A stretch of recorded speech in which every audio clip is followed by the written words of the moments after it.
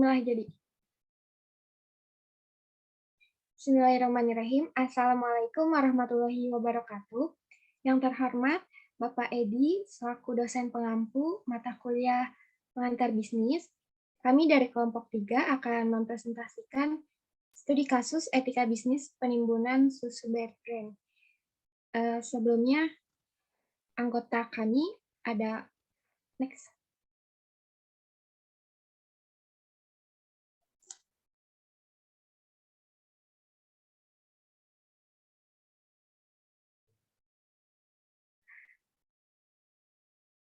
Anggota kami ada Salma Nasira Santi dengan NIM akhir 338, Rita Tri Azali dengan NIM akhir 341, Regina Rahma Purnama dengan NIM akhir 344, dan Wulan Isma Aulia Bilqis dengan NIM akhir 371.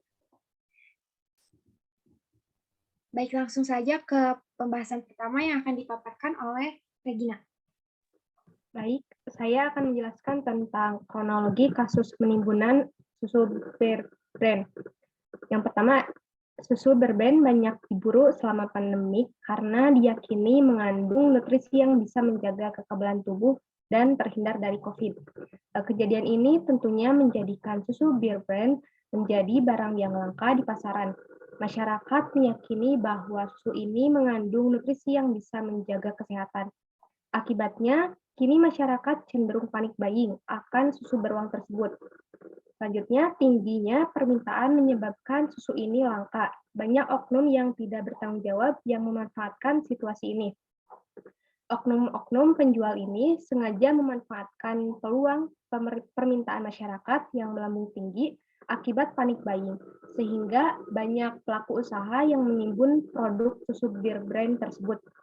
Banyak oknum-oknum mematok harga lebih tinggi dari hasil aslinya hingga kisaran harga Rp50.000 per kaleng kecil, yang tentunya untuk mendapatkan keuntungan yang lebih besar. Akibat dari kejadian ini, masyarakat dibuat resah oleh terjadinya kenaikan harga yang melambung tinggi dari harga asli susu bear brand tersebut. Selanjutnya, perilaku panic buying terjadi karena berkembangnya informasi yang mendorong adanya rumor yang mengatakan bahwa susu bear brand ini dapat meningkatkan kekebalan tubuh dan terhindar dari COVID-19. Susu bear brand dipercaya oleh masyarakat mempunyai nilai penting seperti protein, lemak, serta vitamin yang lengkap untuk kebutuhan tubuh. Sehingga masyarakat beranggapan bahwa susu bear brand ini dapat meningkatkan kekebalan tubuh dan terhindar dari COVID-19. Dengan demikian, produk susu beruang ini akan menjadi langka karena banyak diserbu oleh orang-orang. Kondisi inilah yang memberikan sentimen negatif terhadap naik turunnya kebutuhan di masyarakat. Next.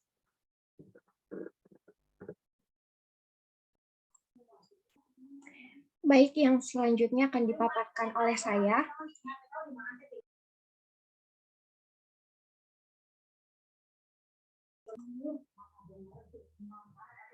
Oknum yang melakukan penimbunan produk susu bear brand yang nantinya dijual kembali dengan harga tinggi merupakan perilaku yang tentunya melanggar etika dalam berbisnis, yaitu yang pertama, pelanggaran terhadap prinsip saling menguntungkan. Dalam kasus ini, hanya oknum penimbun saja yang diuntungkan. Mereka tidak memikirkan apa dampaknya bagi masyarakat luas. Para penimbun susu bear brand sejatinya bukan pembisnis asli yang memiliki jiwa bisnis, karena mereka lebih menempatkan kepentingan pribadinya untuk memperoleh kekayaan. Kebanyakan juga yang menimbun adalah orang biasa yang mendadak jadi pembisnis.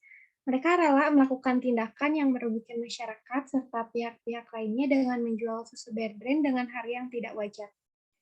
Pelanggaran yang kedua yaitu pelanggaran etika bisnis terhadap prinsip empati. Banyak yang masih memerlukan susu bear brand untuk keperluan kesehatan lain yang mendesak di luar sana.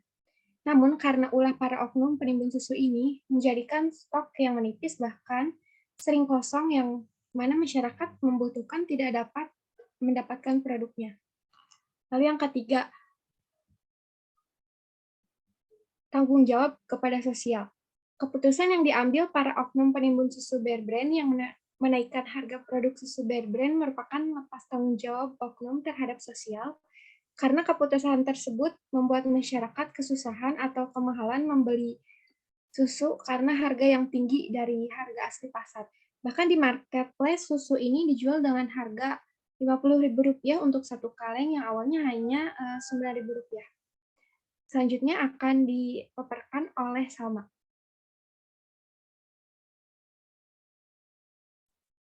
Baik, selanjutnya yaitu menurut pandangan hukum. Pertama, ada penimbunan barang.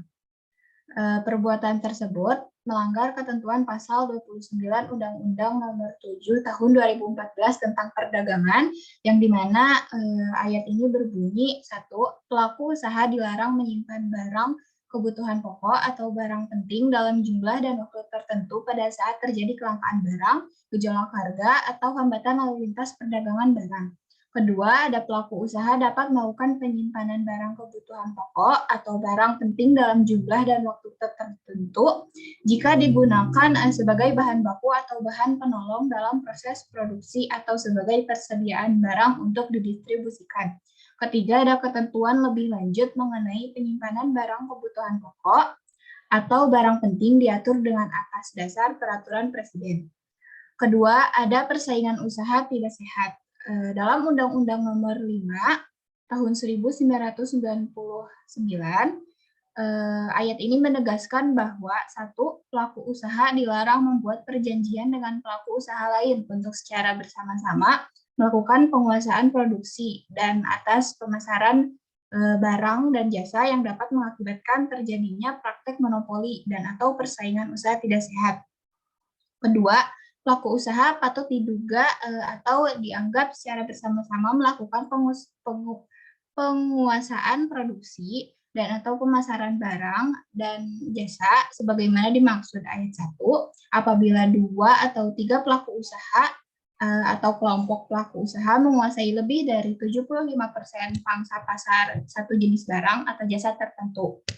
Selain itu, pelaku usaha dilarang membuat perjanjian dengan pelaku usaha saingnya yang bermaksud mempengaruhi harga yang dapat mengakibatkan terjadinya persaingan usaha tidak sehat.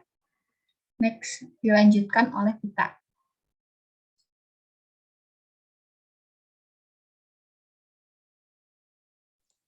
Oke, selanjutnya dilanjutkan oleh saya. Saran untuk perusahaan bear brand dalam memproduksi produk sebaiknya tetap lakukan seperti biasa, tetapi dalam langkah pendistribusiannya lebih baik ke agen-agen terpercaya keamanannya, serta diberi sanksi tegas dari perusahaan terhadap para penimbun produk yang tidak memiliki izin, bukan agen resmi perusahaan. Bisa berupa denda atau penjara berdasarkan pasal yang tadi disebutkan.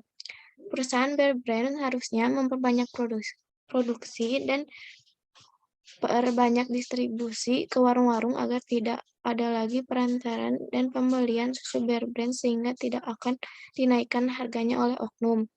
Untuk masyarakat, bagi masyarakat diharuskan untuk senantiasa memastikan dan mencari ulang kebenaran mengenai berita yang beredar. Jangan gegabah hingga terjadi panic buying agar tidak terjadi kerusuhan.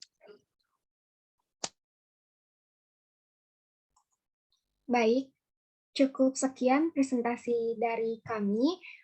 Kekurangan dan kesalahannya mohon maaf. Wassalamualaikum warahmatullahi wabarakatuh.